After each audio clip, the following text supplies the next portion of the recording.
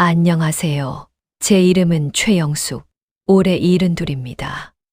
평생을 식당과 하숙집을 운영하며 살아왔어요. 새벽 5시마다 일어나서 밥솥에 불을 지피고 김치찌개 끓는 냄새로 하루를 시작했지요. 철판 위에서 계란 지지는 소리가 지글지글 나고 된장국이 보글보글 끓어오르는 소리가 부엌을 가득 채웠습니다. 남편 박노신과 함께 20평 남짓한 식당에서 손님들 밥상을 차리고 옆 건물 하숙집에서는 학생들 빨래까지 해주며 악착같이 돈을 모았어요. 하얀 쌀밥을 퍼서 녹그릇에 담을 때마다 김이 뜨겁게 얼굴을 스치는 게 따뜻했습니다. 그렇게 모은 돈으로 작은 다가구 주택 2채를 마련했지요. 첫 번째 건물을 샀을 때가 생각나요. 부동산 사무소에서 계약서에 도장을 찍는 순간 손이 덜덜 떨렸어요. 빨간 인주가 종이에 찍히는 냄새가 코끝을 스쳤고 그때 남편이 제 어깨를 토닥이며 말했어요. 여보, 우리 이제 건물주야. 그 말에 눈물이 핑 돌았던 기억이 납니다. 지금은 그 임대료로 겨우 살아가고 있어요. 매달 들어오는 월세로 생활비를 충당하고 남은 돈은 조금씩 모아두고 있었습니다. 자식들이 어려울 때 도움이 되려고 말이에요. 우리에게는 큰아들 박진수 하나, 딸 박미영 하나가 있습니다. 진수는 자동차 부품 회사에서 과장으로 일하고 며느리 이정화는 미용실을 운영해요. 딸 미영이는 온라인 의류 쇼핑몰을 하면서 제법 잘 살고 있다고 생각했어요. 손자 박준호도 하나 있어서 가끔 용돈도 주고 맛있는 것도 해주며 평범한 할머니로 살고 있었습니다. 아들이 어렸을 때는 제가 새벽에 일어나 도시락을 싸주면 엄마 고마워라고 말하던 아이였어요. 딸도 학교에서 돌아오면 제 치마폭에 파고들어 엄마 냄새라며 좋아하던 애였지요. 그때는 정말 행복했습니다. 하지만 아이들이 결혼하고 집을 나간 후부터 뭔가 달라지기 시작했어요. 안부 인사보다는 엄마, 요즘 건물 값이 많이 올랐다던데 라는 말부터 하더라고요. 처음엔 단순한 관심인 줄 알았어요. 명절에 모이면 식탁 위에는 여전히 따뜻한 음식들이 가득했지만 대화는 점점 차가워졌습니다. 어머니, 그 건물 관리가 힘드시죠? 라는 며느리의 말에서 시작해서 엄마, 우리한테 미리 넘기시면 세금도 절약되고 라는 아들의 제안까지. 그럴 때마다 저는 뭔가 이상하다는 느낌이 들었어요. 가슴 한켠에서 뭔가 미끄러져 내려가는 듯한 느낌이었지요. 하지만 그냥 자식들이 제 걱정을 해주는 거라고 생각하려 했습니다. 어느 일요일 저녁이었어요. 온 가족이 모인 자리에서 손자가 게임기를 만지작거리며 말했어요. 할머니, 친구들 할머니는 다 용돈 많이 주는데 왜 우리 할머니는 적게 줘? 그 순간 식탁 위에 따뜻한 국물 냄새가 갑자기 텁텁하게 느껴졌어요. 그날 밤 잠이 오지 않아서 부엌에 앉아 있었는데 남편이 다가와 말했어요. 여보, 한번 애들 마음을 확인해 보면 어떨까? 창밖으로 들려오는 바람 소리가 유난히 쓸쓸했습니다. 뭘 확인해? 우리한테 정말 필요한 게 뭔지 말이야. 돈인지 아니면. 그 말을 듣는 순간 뭔가 가슴속에서 돌덩이 하나가 굴러떨어지는 소리가 들리는 것 같았어요. 며칠 뒤 저는 남편과 함께 한 가지 계획을 세웠습니다. 아이들에게 우리가 전 재산을 잃었다고 거짓말을 해보는 거였어요. 그들의 진짜 마음을 확인하기 위해서 말이지요. 그 결과는 제 상상을 훨씬 뛰어넘는 충격이었습니다. 그날 이후 저는 더 이상 부모니까 당연히 줘야 한다는 생각을 완전히 버리게 되었습니다. 부엌식의 초침이 규칙적으로 움직이는 소리를 들을 때마다 제 가슴 속에서 작은 균열이 점점 커져갔어요. 50년을 함께 살아온 가족이라는 이름이 얼마나 허무한 것인지 그날 뼈저리게 깨달았습니다. 아침에 일어나 거울을 보면 주름진 제 얼굴에서 새로운 사람이 보이기 시작했어요. 더 이상 누구의 눈치를 보지 않는 당당한 여자 말이에요. 지금부터 그 이야기를 들려드릴게요. 혹시 여러분도 비슷한 경험을 하고 계시거나 앞으로 하게 될지도 모르니까요. 가족이라는 이름으로 당연하게 여겨지는 것들에 대해 한 번쯤 다시 생각해 보실 기회가 되기를 바랍니다. 봄 햇살이 거실 레이스 커튼 사이로 들어오던 어느 토요일 아침. 저는 따끈한 보리차를 우리며 작은 정원을 바라보고 있었습니다. 정원에는 제가 직접 심은 상추와 고추가 파릇파릇 자라고 있었어요. 새벽 이슬이 잎사귀에 맺혀 햇살에 반짝이는 모습이 예뻤습니다. 보리차에서 올라오는 구수한 김이 코끝을 스치고 멀리서 참새들이 지저귀는 소리가 평화롭게 들려왔어요.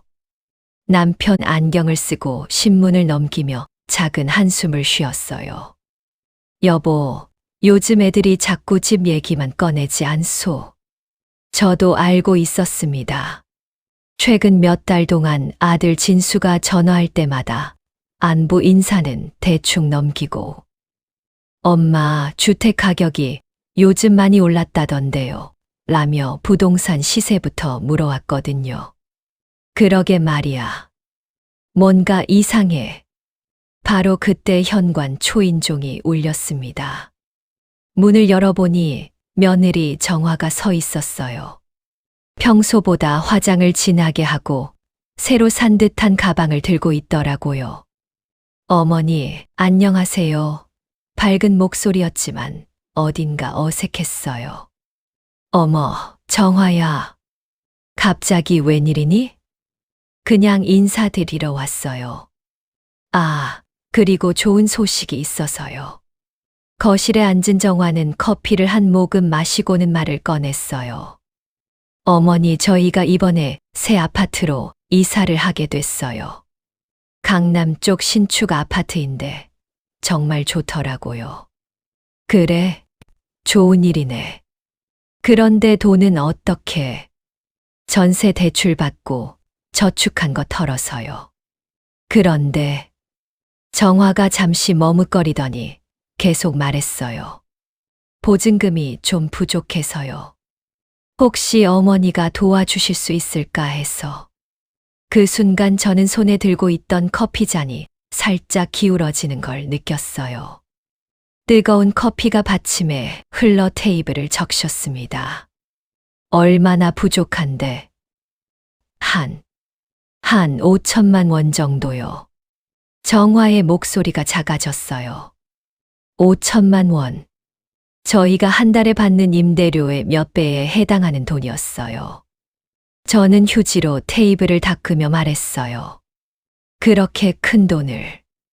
갑자기 어떻게 준비해? 어머니, 건물 한 채만 팔면 되잖아요. 어차피 나중에는 저희 거 될 텐데 미리 처분하시면 세금도 절약되고요. 그 말을 듣는 순간 가슴이 철렁했어요. 나중에는 저희 거 언제 그런 약속을 했나요? 정화는 계속 말을 이어갔어요. 요즘 부동산 가격이 너무 올라서 지금 안 사면 평생 못 살 것 같아요. 어머니도 이해해 주시죠? 저는 대답 대신 정화의 얼굴을 자세히 봤어요. 예전에는 제가 해준 음식을 맛있게 먹으며 어머니 손맛이 최고예요 라고 했던 며느리였는데 지금은 뭔가 다른 사람 같았어요. 정화야, 그 돈을 당장 줄 수는 없어.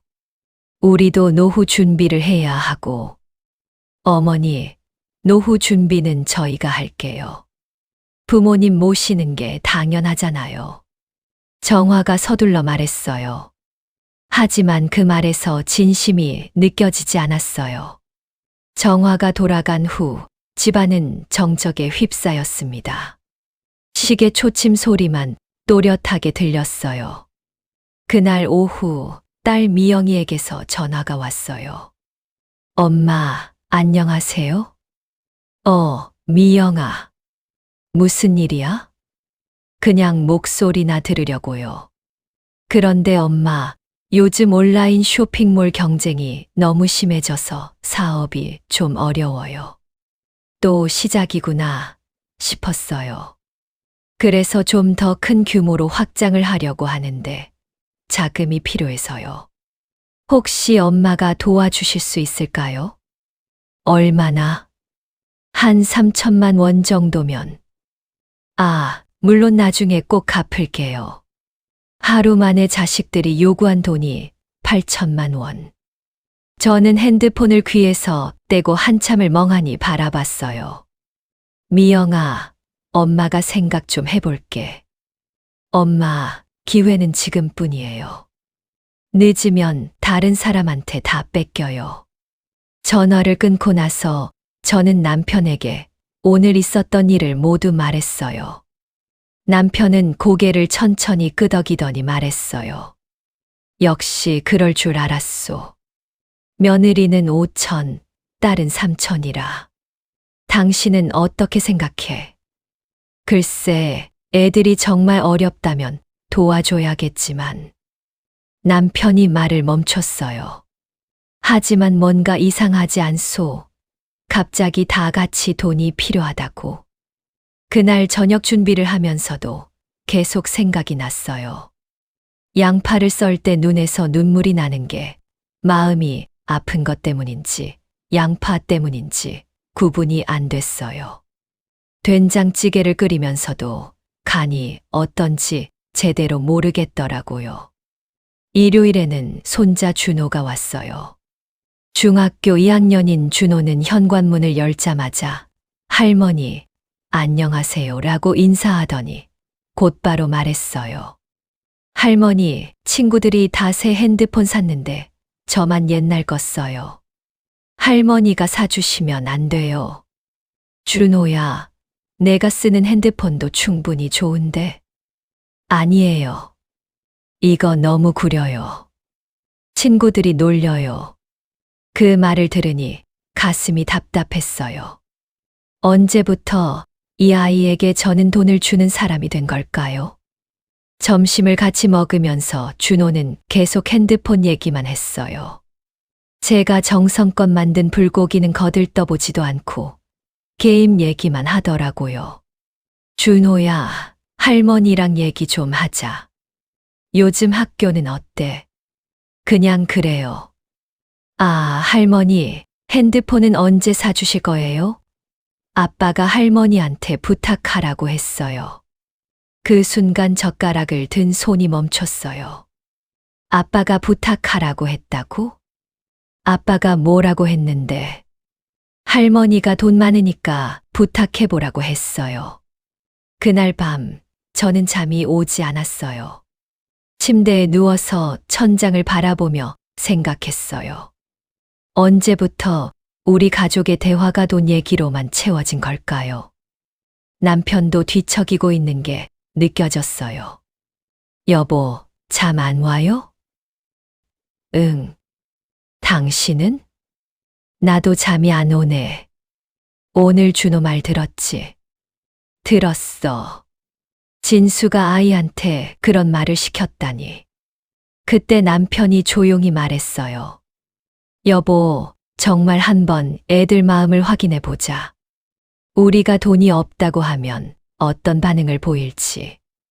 창밖으로 바람이 나뭇가지를 흔드는 소리가 들렸어요. 그 소리가 왠지 슬프게 느껴졌습니다. 진짜 그럴까? 해보자. 우리가 지금까지 얼마나 순진했는지 알 수 있을 거야. 그 밤 저는 마음속에서 뭔가 단단한 것이 깨지는 소리를 들었어요. 50년을 함께 키워온 아이들이 저에게는 무엇이었는지 이제 알아볼 때가 온 것 같았습니다. 며칠을 고민한 끝에 저희 부부는 결심을 굳혔습니다. 토요일 저녁 온 가족을 집으로 불러 모았어요. 평소처럼 식탁을 정성껏 차렸습니다. 잡채, 갈치조림, 된장찌개, 김치전까지. 부엌에서 마지막으로 밥을 푸면서 김이 모락모락 올라오는 걸 보니 예전에는 이런 모습이 행복했는데 지금은 왠지 마음이 무거웠어요. 현관문이 열리는 소리와 함께 아들 진수가 들어왔습니다. 뒤이어 며느리 정화와 손자 준호도 함께 들어왔어요. 딸 미영이는 조금 늦게 도착했습니다. 어머, 이게 뭐예요? 무슨 특별한 날인가? 정화가 상 차린 걸 보며 말했어요. 그냥 다 같이 모여서 밥 먹고 싶어서. 저는 웃으며 대답했어요. 식사가 시작되고 처음엔 평범한 대화가 오갔습니다. 준호 성적 얘기, 날씨 얘기, 이런저런 안부 인사들. 하지만 저는 계속 남편과 눈짓을 주고받고 있었어요. 갈치조림을 한 젓가락 집어먹으며 진수가 말했어요. 엄마, 요즘 경기가 어려워서 회사도 힘들어요. 구조조정 얘기도 나오고. 그래, 힘들겠구나. 저는 담담하게 대답했어요. 정화도 끼어들었습니다. 어머니, 저희 미용실도 요즘 손님이 많이 줄었어요. 임대료는 오르는데 매출은 떨어지고. 미영이도 한숨을 쉬며 말했어요. 엄마, 온라인 쇼핑몰도 진짜 경쟁이 치열해요. 광고비만 해도 한 달에 몇백만 원씩 나가는데 모두가 어려움을 토로하고 있었어요. 마치 미리 짜고 온 것처럼 말이에요. 그때 남편이 젓가락을 내려놓고 조용히 말했습니다. 애들아, 사실 우리도 할 말이 있어서 너희들을 불렀다. 갑자기 식탁이 조용해졌어요.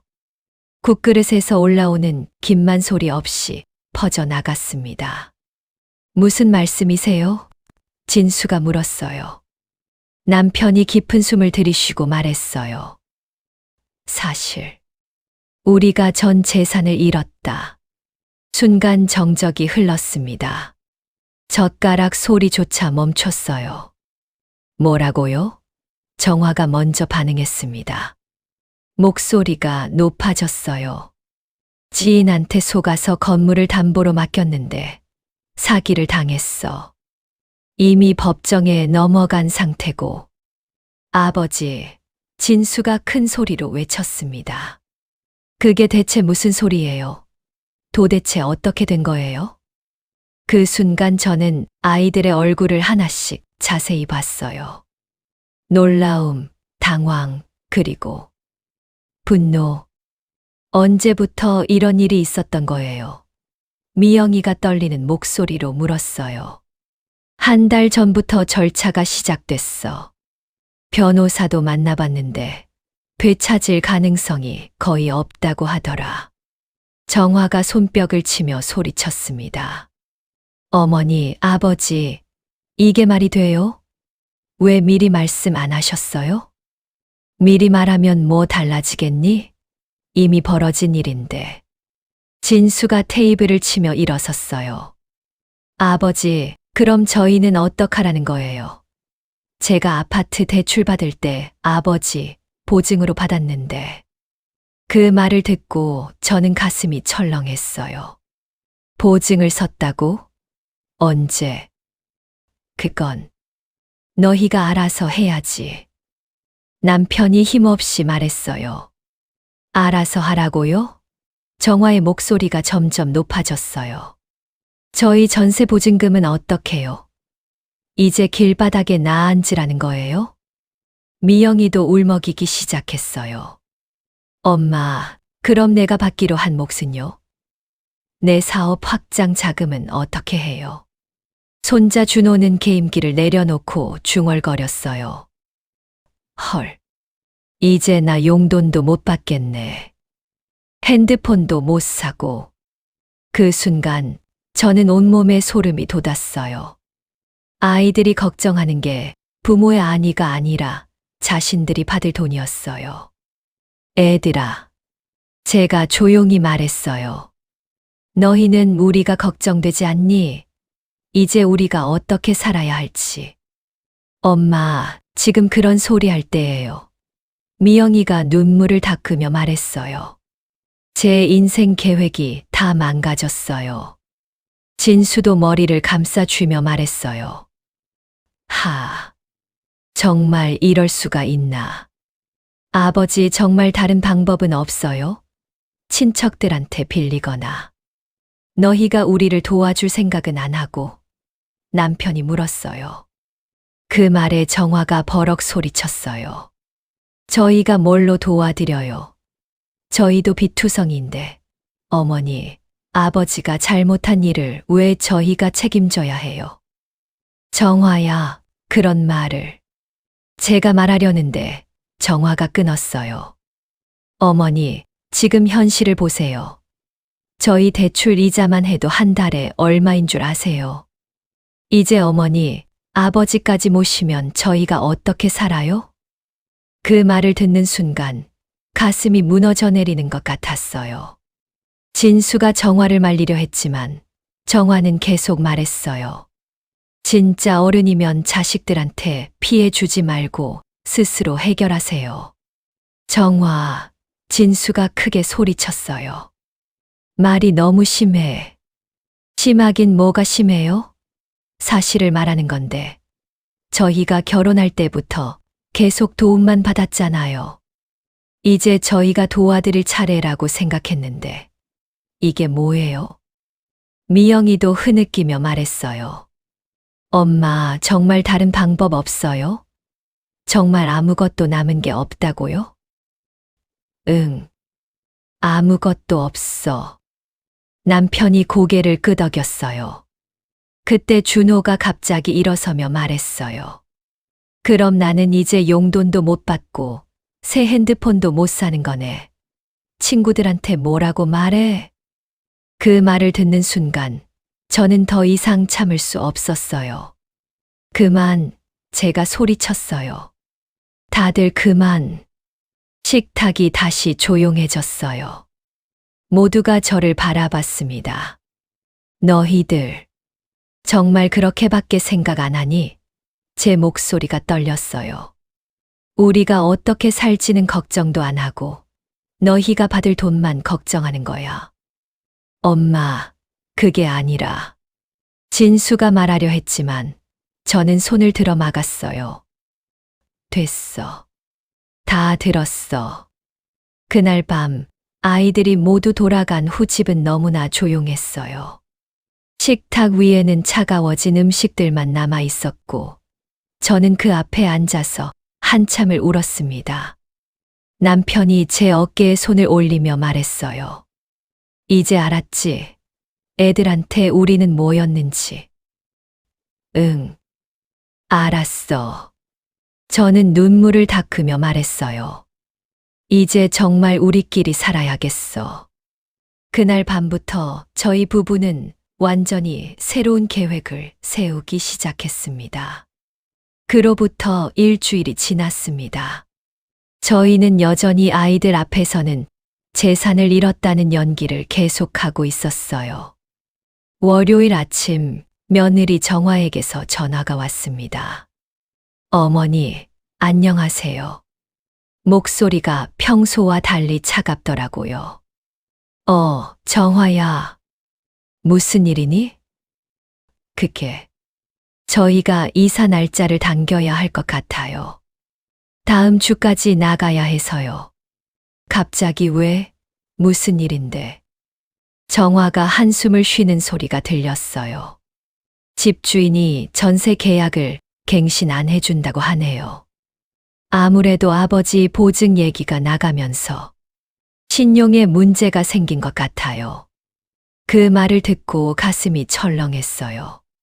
저희 거짓말 때문에 실제로 피해를 보고 있다는 생각에 죄책감이 들었습니다. 그럼 어디로 갈 생각이니? 글쎄요. 일단 진수 친구 집에 잠시 얹혀 살려고요. 그런데 어머니, 정화의 목소리가 더욱 차가워졌어요. 정말 다른 방법은 없으세요? 친척들이라도 알아보시거나. 정화야, 우리도 어쩔 수 없어. 정화가 깊은 한숨을 쉬었어요. 그럼 어머니, 아버지는 앞으로 어떻게 살 계획이세요? 설마 저희한테 오시려는 건 아니죠? 그 말을 듣는 순간 온몸에 소름이 돋았어요. 뭐라고? 저희도 당장 갈 데가 없는 상황인데 어머니, 아버지까지 모실 여력은 없어요. 미안하지만 이해해 주세요. 전화를 끊고 나서 저는 한참을 멍하니 앉아 있었어요. 손에 든 핸드폰이 차갑게 느껴졌습니다. 오후에는 딸 미영이가 집에 찾아왔어요. 평소와 달리 화장기 없는 얼굴로 왔더라고요. 엄마, 저 진짜 어떡해요? 미영이가 소파에 주저앉으며 말했어요. 무슨 일인데? 사업 자금 대출 신청했는데 거절당했어요. 아무래도 엄마 보증 때문인 것 같아요. 저는 커피를 우리며 물었어요. 그럼 어떻게 할 생각이니? 모르겠어요. 정말 모르겠어요. 미영이가 머리를 감싸 쥐었어요. 엄마, 정말 아무 방법도 없어요? 숨겨둔 돈이라도.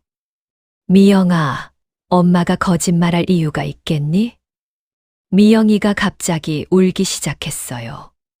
엄마, 그럼 저는 어떡해요? 제 꿈이었는데. 제가 그동안 투자한 시간이랑 돈은 다 어떡하고요? 저는 딸의 어깨를 토닥이며 말했어요. 미영아, 엄마도 미안해. 하지만 어쩔 수 없어. 엄마는 앞으로 어떻게 살 거예요? 미영이가 눈물을 닦으며 물었어요. 글쎄, 어떻게든 살아야지. 저희랑 같이 사실 거예요. 미영이의 목소리가 조심스러워졌어요. 너희는 어떻게 생각하는데? 미영이가 잠시 망설이더니 말했어요. 엄마, 저희 집은 너무 좁아요. 원룸이라서. 그리고 남편도 있고 해서. 그 말을 듣고 저는 쓴웃음이 나왔어요. 알겠어, 미영아. 엄마가 알아서 할게. 미영이가 돌아간 후 저는 남편에게 오늘 있었던 일을 모두 말했어요. 역시 그럴 줄 알았소. 남편이 고개를 끄덕였어요. 애들이 우리를 받아주지 않을 거라고 생각했어. 당신은 어떤 기분이야? 서글프지. 하지만 예상했던 일이야. 남편이 제 손을 잡았어요. 이제 우리 계획을 실행할 때가 됐소. 그날 저녁 손자 준호에게서 문자가 왔어요. 할머니, 친구들이 놀려요. 할머니가 가난해졌다고 소문났어요. 정말 창피해요. 당분간 할머니 집에 안 갈게요. 그 문자를 보는 순간 마지막 희망마저 사라지는 기분이었어요. 목요일에는 더욱 충격적인 일이 벌어졌습니다. 아들 진수가 저녁 때 찾아왔는데 표정이 어두웠어요. 엄마, 아버지, 죄송한 말씀이지만 진수가 말을 꺼내기 어려워했어요. 무슨 말이니? 회사에서 저한테 사직하라고 했어요. 아버지 보증 문제 때문에 신용도에 문제가 생겼다면서. 뭐라고? 남편이 놀라며 말했어요. 그래서 저희가 정말 급해졌어요. 실업급여도 받을 수 없는 상황이고. 진수가 고개를 숙였어요. 정화도 함께 와서 말했어요. 어머니, 아버지, 저희가 이런 말씀드리기 정말 죄송하지만 저희가 어머니, 아버지를 모실 여건이 안 돼요. 무슨 소리니? 제가 물었어요. 저희도 갈 곳이 없어서 고시원에 들어가야 할 상황이에요. 준호도 친구 집에 맡기기로 했고요. 진수가 덧붙였어요. 엄마, 아버지, 정말 미안해요. 하지만 저희가 먹고 살기도 힘들어서. 그 순간 저는 깨달았어요. 아이들이 정말로 저희를 버리려 한다는 걸 말이에요. 그럼 우리는 어떻게 하라는 거니? 남편이 물었어요. 정화가 조심스럽게 말했어요. 시설 같은 데 알아보시면 어떨까요? 요즘 노인복지 시설이 잘 되어 있다던데. 시설, 제가 반문했어요. 네. 무료로 들어갈 수 있는 곳도 있을 거예요. 어머니, 아버지 나이에 일을 하기도 어려우시잖아요. 진수도 고개를 끄덕였어요. 엄마, 정말 죄송해요. 저희가 정말 도와드리고 싶지만 상황이 이렇게 된 이상. 그날 밤 아이들이 돌아간 후 저희 부부는 서로를 바라봤어요. 여보, 이제 정말 확실해졌네요. 제가 말했어요. 그러게 말이야. 우리가 돈이 없으니까 완전히 버리는구나. 시설에 들어가라니. 우리를 그렇게 생각하고 있었던 거야. 남편이 제 손을 꽉 잡았어요. 여보, 이제 우리 진짜 계획을 시행합시다. 더 이상 이런 연기는 못하겠어. 그래요. 내일부터 시작해요. 그 밤 저는 잠이 오지 않아서 창밖을 바라봤어요. 달빛이 고요하게 마당을 비추고 있었지만 제 마음은 전혀 고요하지 않았습니다. 50년을 키운 자식들이 저희를 시설에 보내려 한다니. 이제 더 이상 망설일 이유가 없었어요. 다음 날부터 저희의 진짜 반격이 시작될 거였습니다. 다음 날 아침, 저는 평소보다 일찍 일어나서 화장을 단정히 하고 가장 좋은 옷을 골라 입었습니다. 거울을 보니 지난 일주일 동안의 스트레스로 얼굴이 많이 상해 있었지만 오늘만큼은 당당해 보이고 싶었어요. 빨간 립스틱을 바르고 나니 마치 전쟁터에 나가는 장군 같은 기분이었습니다. 여보, 준비됐소? 남편이 넥타이를 매며 물었어요. 네. 이제 시작해요. 첫 번째로 향한 곳은 은행이었습니다. 어르신, 어떻게 오셨어요? 창구 직원이 친절하게 인사했어요. 계좌 잔액 조회하고 정기예금 만기 처리하려고 왔어요. 직원이 통장을 확인하더니 눈이 약간 커졌어요. 어머, 예금액이 꽤 많으시네요.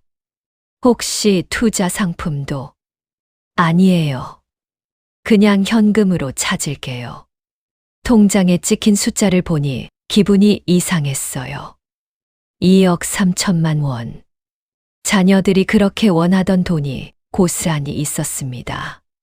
그런데 이렇게 많은 현금을 찾으시면 안전상 문제가. 직원이 걱정스럽게 말했어요. 괜찮아요. 다른 은행으로 옮길 거거든요. 두 번째로 간 곳은 부동산 중개사무소였습니다. 어르신 정말 매매하실 거예요. 공인중개사 김 사장이 놀란 표정으로 물었어요. 네. 빨리 처리해 주세요. 하지만 가족분들과 상의는 하셨나요? 이런 큰 결정을. 제 재산인데 왜 상의를 해요? 저는 단호하게 말했어요. 김 사장이 서류를 준비하면서 말했어요.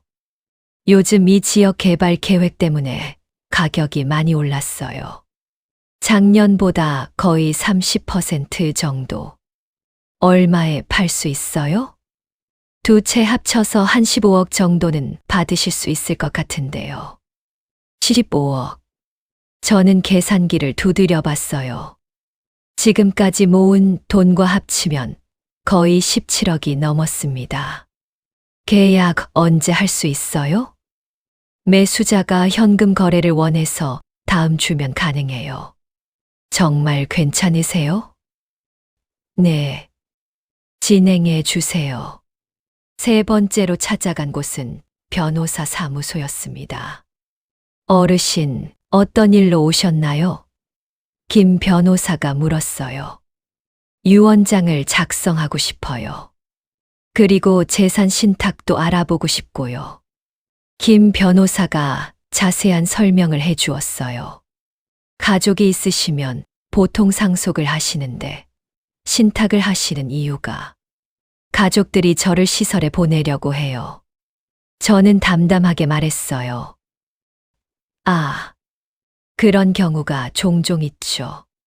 김 변호사가 고개를 끄덕였어요. 그럼 재산을 어떻게 처리하고 싶으세요? 일부는 기부하고 일부는 제가 노후에 쓸 수 있도록 신탁으로 만들고 싶어요. 좋은 결정이세요. 요즘 그런 분들이 많아지고 있어요. 마지막으로 간 곳은 고급 실버타운이었습니다. 어르신, 저희 시설을 견학하러 오셨다고요? 상담 직원이 안내해 주었어요. 실버타운은 상상보다 훨씬 좋았어요. 바다가 보이는 넓은 창문, 깔끔한 시설, 그리고 무엇보다 거기 계신 어르신들의 표정이 밝았어요. 입주비는 어떻게 되나요? 보증금 5억에 월 관리비 200만 원 정도입니다. 식사, 의료 서비스, 각종 프로그램이 모두 포함이에요. 5억. 충분히 감당할 수 있는 금액이었어요. 언제부터 입주 가능한가요? 서류만 준비되면 다음 달부터도 가능해요. 집으로 돌아가는 길에 남편과 함께 카페에 들렀어요. 따뜻한 아메리카노 향이 코끝을 스쳤고 오후 햇살이 창문으로 들어와 테이블을 비췄습니다. 어떻게 생각해요? 제가 물었어요. 좋소. 이제 애들한테 진실을 말할 때가 됐어. 언제? 이번 주말에 다시 불러 모읍시다. 마지막으로 한 번 더 기회를 줘보고. 그날 저녁 저는 각 자녀들에게 문자를 보냈어요. 이번 토요일 저녁 6시에 집에 와라. 중요한 이야기가 있다. 꼭 와야 한다. 진수에게서 바로 답장이 왔어요. 엄마, 무슨 일이세요? 혹시 더 나쁜 소식인가요? 저는 씁쓸한 미소를 지으며 답장했어요. 와서 들어봐라. 놀랄 거야. 정화에게서도 문자가 왔어요. 어머니, 저희가 지금 상황이 어려운 거 아시잖아요. 굳이 가야 하나요? 그 문자를 보는 순간 가슴 속에서 뭔가 차가운 것이 올라왔어요. 내가 가장 관심 있어 할 이야기야. 꼭 와. 미영이는 전화를 걸어왔어요. 엄마, 무슨 일이에요? 혹시 빚쟁이들이 찾아온 건 아니죠? 아니야. 좋은 소식이니까 걱정 말고 와. 좋은 소식이요. 정말요? 응. 내가 상상도 못할 소식이야. 그날 밤, 저는 오랜만에 깊은 잠을 잤어요. 내일 아이들의 반응이 궁금하면서도 한편으로는 마음이 편했습니다. 50년 동안 자식들을 위해 살아왔지만 이제는 제가 원하는 대로 살 때가 온 것 같았어요. 토요일이 되기 전까지 저는 마지막 준비를 마쳤습니다. 모든 서류를 정리하고 통장도 새로 만들고 실버타운 계약서도 검토했어요. 이제 정말 마지막 기회였습니다. 아이들이 진심으로 저희를 걱정한다면 저도 다시 생각해 볼 용의가 있었어요. 하지만 만약 또다시 돈 얘기만 한다면 그때는 정말로 끝내기로 했습니다. 금요일 밤 거울 앞에 서서 제 모습을 바라봤어요. 72살의 할머니지만 눈빛만큼은 젊은 시절보다 더 단단해 보였습니다. 최영수, 이제 진짜 시작이야. 거울 속에 저에게 말했어요. 내일이면 모든 것이 결정될 거였습니다. 갈비찜의 달콤한 냄새가 거실을 가득 채우고 있었지만 할머니의 마음은 어느 때보다 차분했다. 50년간 품어온 계획을 실행할 시간이 드디어 왔다. 자, 모두 앉아. 할머니의 목소리에는 평소와 다른 단단함이 있었다. 자녀들이 의아한 표정으로 식탁에 둘러앉자 할머니는 방 안으로 들어가 오래전부터 준비해둔 서류 봉투를 가져왔다. 엄마, 뭐 하시는 거예요? 큰아들이 먼저 입을 열었다. 할머니는 봉투에서 통장과 각종 서류들을 꺼내 식탁 위에 정돈해 놓았다. 자녀들의 눈이 일제히 그 서류들에 고정되었다. 보험금이에요? 아니면 복권? 막내딸이 기대에 찬 목소리로 물었다.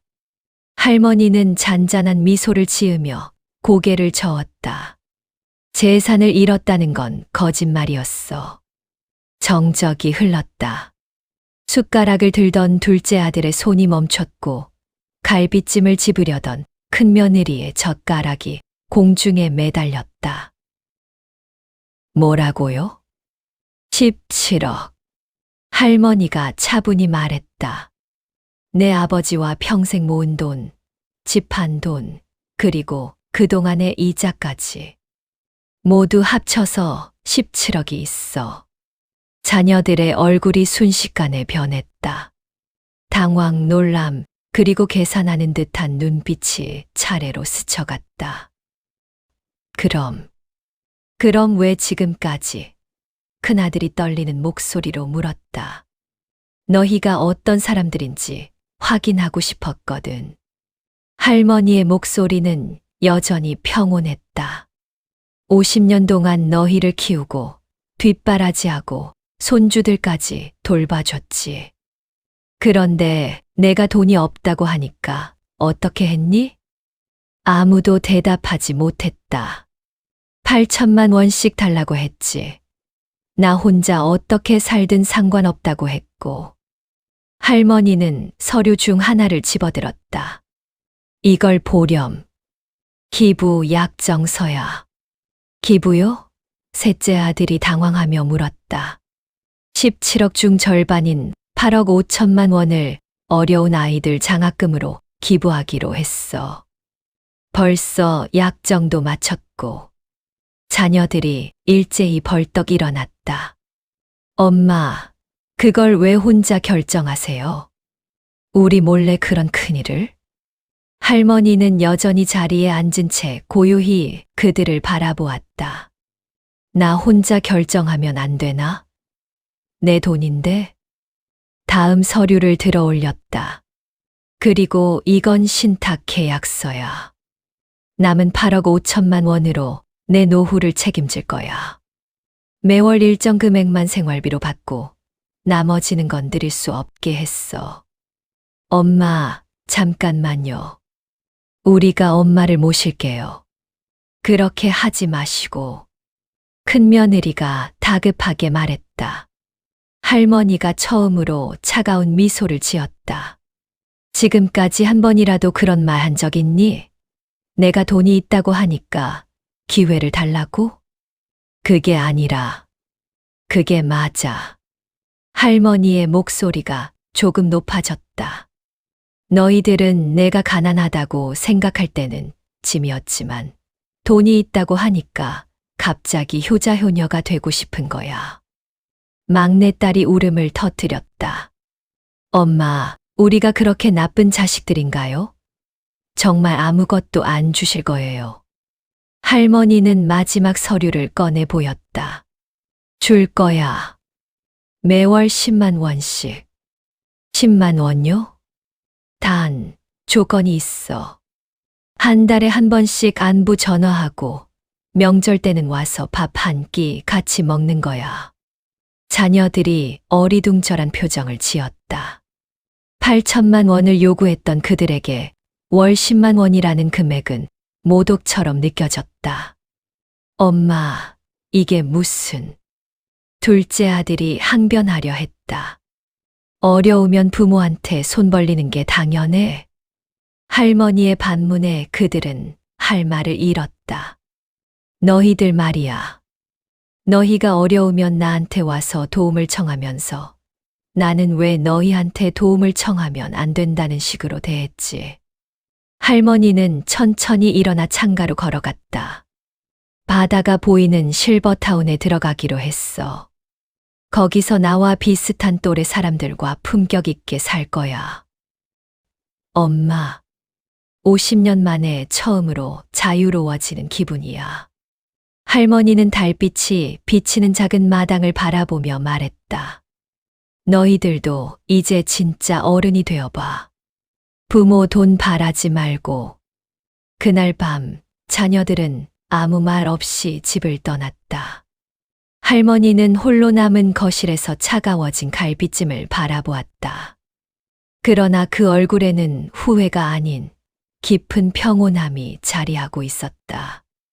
마침내 진실을 말할 수 있어서, 마침내 자유로워질 수 있어서 고마웠다. 할머니, 오늘 바다가 정말 예쁘네요. 실버타운 카페에서 할머니는 새로 사귄 친구 박순자 할머니와 함께 오후 차를 마시고 있었다. 창 밖으로는 푸른 바다가 한눈에 들어왔고 갈매기들이 자유롭게 날아다니고 있었다. 그러게 말이야. 매일 봐도 질리지가 않아. 할머니의 얼굴에는 그동안 볼 수 없었던 여유로움이 가득했다. 머리도 단정하게 파마를 했고 새로 산 연보라색 가디건이 그녀를 한층 우아하게 만들어 주었다. 참, 어제 큰아들한테서 전화 왔다며? 순자 할머니가 물었다. 응. 한 달에 한 번 안부 전화하기로 한 약속 지키더라고. 할머니는 잔잔한 미소를 지었다. 처음에는 어색하고 의무적이었던 전화가 조금씩 자연스러워지고 있었다. 뭐라고 하던 자기들이 틀렸다고 미안하다고 하더라고. 그리고 할머니는 잠시 말을 멈췄다. 10만 원 받는 것도 부담스럽다고 그냥 안부 전화만 하겠다고 하던데. 어머, 그럼 좋은 거 아냐? 글쎄다. 진심인지 아직은 모르겠어. 시간이 말해주겠지. 할머니는 차를 한 모금 마시며 창밖을 바라봤다. 그때 카페 입구에 익숙한 얼굴이 나타났다. 막내딸 미영이었다. 미영이? 미영은 조심스럽게 할머니에게 다가왔다. 예전과는 다른 수수한 옷차림에 손에는 작은 꽃다발을 들고 있었다. 엄마, 안녕하세요. 어떻게 여기까지? 엄마가 어디 계신지 알아보고 한 번 뵙고 싶어서요. 미영은 어색하게 웃으며 꽃다발을 내밀었다. 이거 별거 아닌데 엄마가 좋아하실 것 같아서. 할머니는 꽃다발을 받으며 미영의 얼굴을 자세히 살펴보았다. 예전의 계산적인 눈빛은 사라지고 대신 진실한 후회가 담겨 있었다. 앉아. 미영이 자리에 앉자 순자 할머니가 자리를 양보하며 일어났다. 난 먼저 들어갈게. 천천히 이야기해. 둘만 남자 미영이 먼저 입을 열었다. 엄마, 정말 죄송해요. 그동안 저희가 얼마나 이기적이었는지. 이제 알겠니? 네. 너무 늦었지만요. 미영의 눈가에 눈물이 맺혔다. 엄마가 힘드실 때 옆에 있어 드렸어야 하는데 오히려 더 큰 짐만 드렸죠. 변명의 여지가 없어요. 할머니는 조용히 차를 마시며 딸의 말을 들었다. 사실 지난 3개월 동안 정말 많이 반성했어요. 아이들한테도 할머니 이야기를 많이 해줬고요. 손주들은 어떻게 지내니? 걔들이 할머니 보고 싶다고 해요. 할머니가 해주신 밥이 제일 맛있었다고. 미영이 핸드폰을 꺼내 아이들 사진을 보여주었다. 이거 보세요. 지우가 할머니 그림 그렸어요. 사진 속에는 아이가 그린 서툰 그림이 있었다. 할머니와 자신이 손을 잡고 웃고 있는 그림이었다. 할머니의 마음이 조금씩 따뜻해졌다. 엄마, 저희가 다시 기회를 받을 수 있을까요? 돈은 정말 상관없어요. 그냥 엄마의 딸로 다시 인정받고 싶어요. 할머니는 한참을 생각했다. 미영의 말이 진심인지 아니면 또 다른 계산인지 아직은 확신할 수 없었다. 하지만 적어도 변화의 조짐은 보였다. 천천히 보자꾸나. 네. 하루아침에 바뀌는 건 없어. 하지만 진심이라면 시간이 증명해 줄 거야. 할머니는 미영의 손을 가만히 잡았다. 다음 주말에 손주들 데리고 와. 함께 바다 구경이라도 하자. 미영의 얼굴이 환해졌다. 정말요? 정말 괜찮으세요? 그래. 단, 조건이 있어. 뭐든지 말씀하세요. 돈 이야기는 일체하지 마. 그리고 내가 여기서 사는 걸 불편해하지도 마. 당연하죠. 미영이 눈물을 닦으며 고개를 끄덕였다. 그날 저녁, 할머니는 실버타운 산책로를 천천히 걸었다. 바다에서 불어오는 시원한 바람이 얼굴을 스쳤다. 이제 시작인가? 50년 만에 찾은 자유, 그리고 이제 조금씩 회복되어 가는 가족 관계. 모든 것이 완벽하지는 않았지만 적어도 희망은 보였다. 할머니는 하늘을 올려다봤다. 별들이 하나둘 모습을 드러내고 있었다. 여보, 잘했죠. 바람에 실려온 파도 소리가 남편의 대답처럼 들렸다. 할머니는 미소를 지으며 다시 걸음을 옮겼다. 내일은 또 어떤 하루가 될까? 처음으로 그 질문이 두렵지 않았다. 오히려 기대되었다. 1년 후 가을. 할머니. 실버타운 입구에서 익숙한 목소리가 들렸다. 할머니가 돌아보니 손주 지우와 민수가 달려오고 있었다.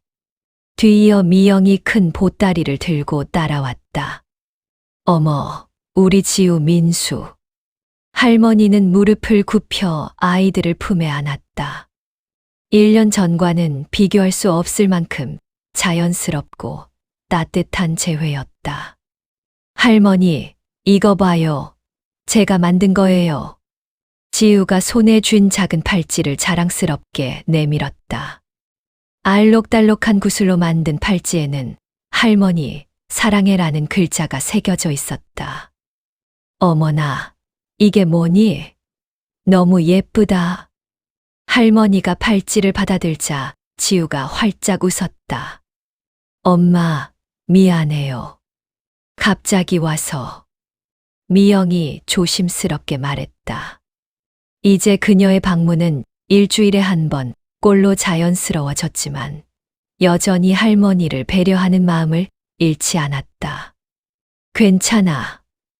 오늘 날씨도 좋은데 잘 왔네. 할머니는 진심으로 기뻐했다.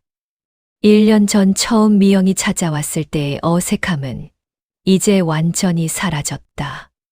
할머니, 오늘 카페에서 순자 할머니랑 약속 있으시죠?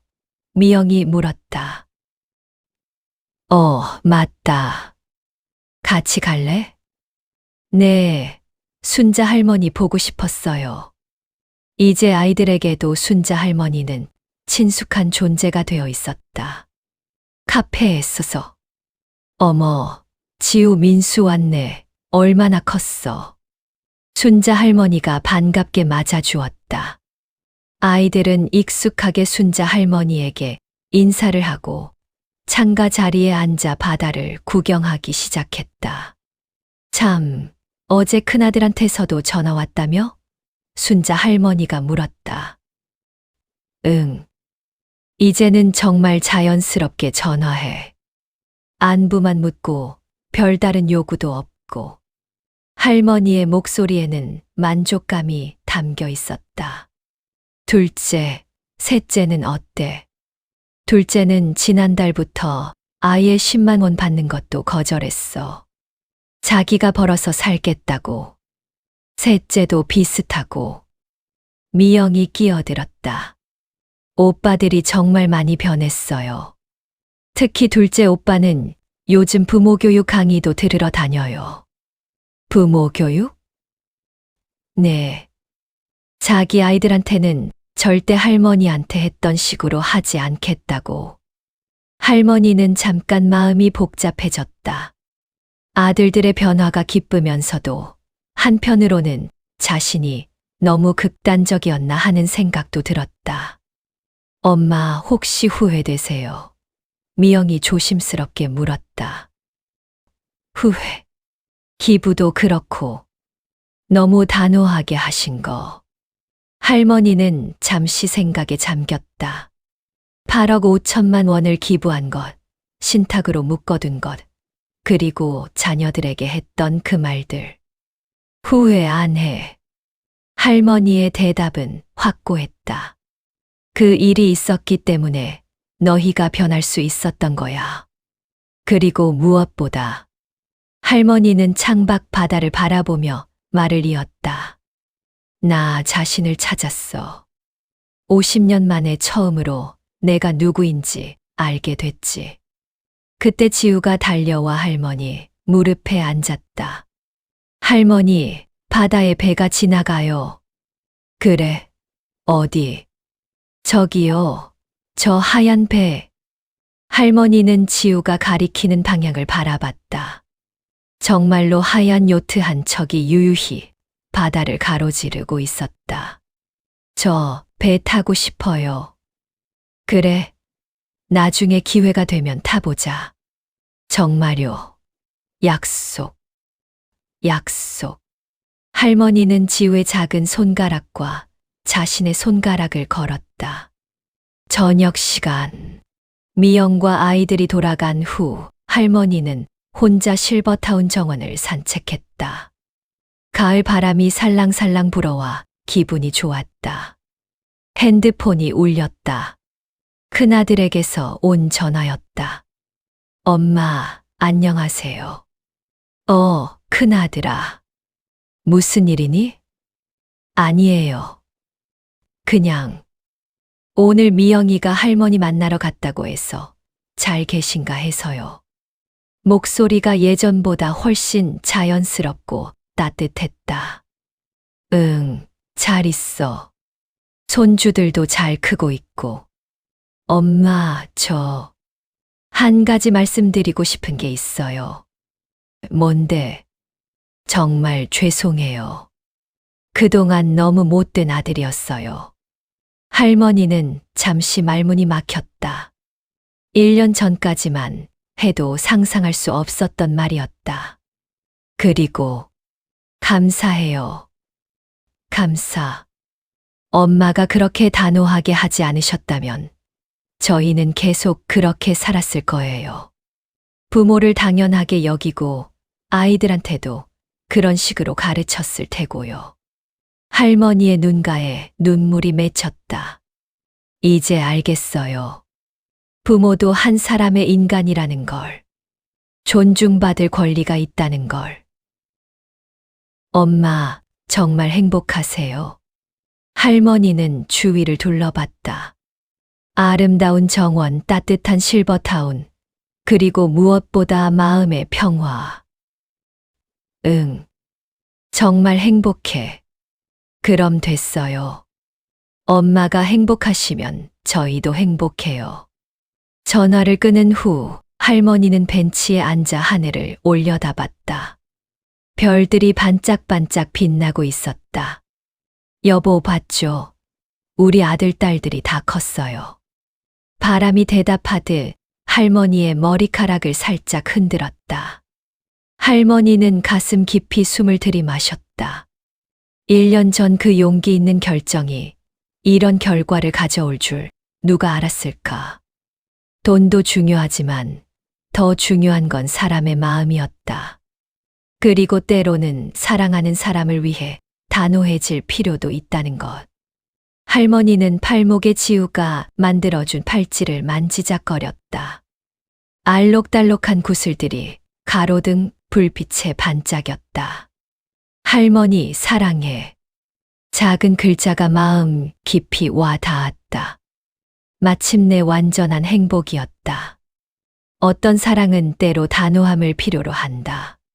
진정한 가족의 의미를 깨달은 할머니와 자녀들의 이야기가 따뜻한 마무리를 맞았습니다. 여러분의 생각도 댓글로 남겨주세요. 감사합니다.